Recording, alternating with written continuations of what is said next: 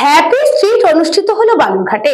রবিবার সকালে এক নতুন উদ্যোগে প্রাণবন্ত হয়ে উঠল বালুরঘাটের শোভা মজুমদার সরণি।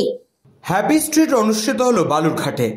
রবিবার সকালে এক নতুন উদ্যোগে প্রাণবন্ত হয়ে উঠল বালুরঘাটের শোভা মজুমদার সরণি। জেলায় এই প্রথম বালুরঘাট পৌরসভা ও দক্ষিণ দিনাজপুর জার্নালিস্ট ক্লাবের যৌথ উদ্যোগে শুরু হলো হ্যাপি স্ট্রিট। উত্তরবঙ্গের দ্বিতীয়বারের মতো আয়োজিত হলো এই বিশেষ কর্মসূচি। সকাল 6:30 থেকে শহরের নানান বয়সের মানুষ উচ্ছ্বাসে সামিল হন এই আয়োজনে। শারীরিক ও মানসিক সুস্থতার লক্ষ্যে ছিল যোগা, ক্যারাটে, জুম্বা সহ নানা প্রশিক্ষণের ব্যবস্থা।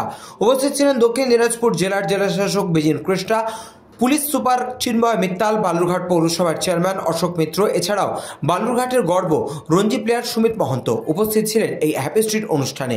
এদিন তাকে সংবর্ধনা দেওয়া হয় অনুষ্ঠানের মঞ্চ থেকে। ঠিক আছে, হ্যাপি থাকবেন, ঠিক আছে, মাঝে মাঝে এরকম প্রোগ্রাম করুক।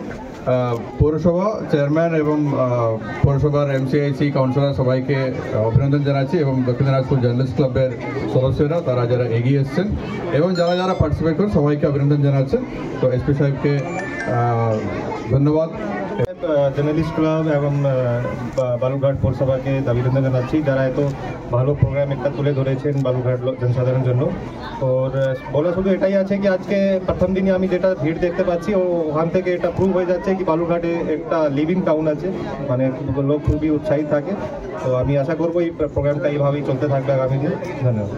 দক্ষিণ দিনাজপুর থেকে বিদ্যুৎ কুমার মাহাতোর রিপোর্ট, নিউজ বঙ্গ টাইম।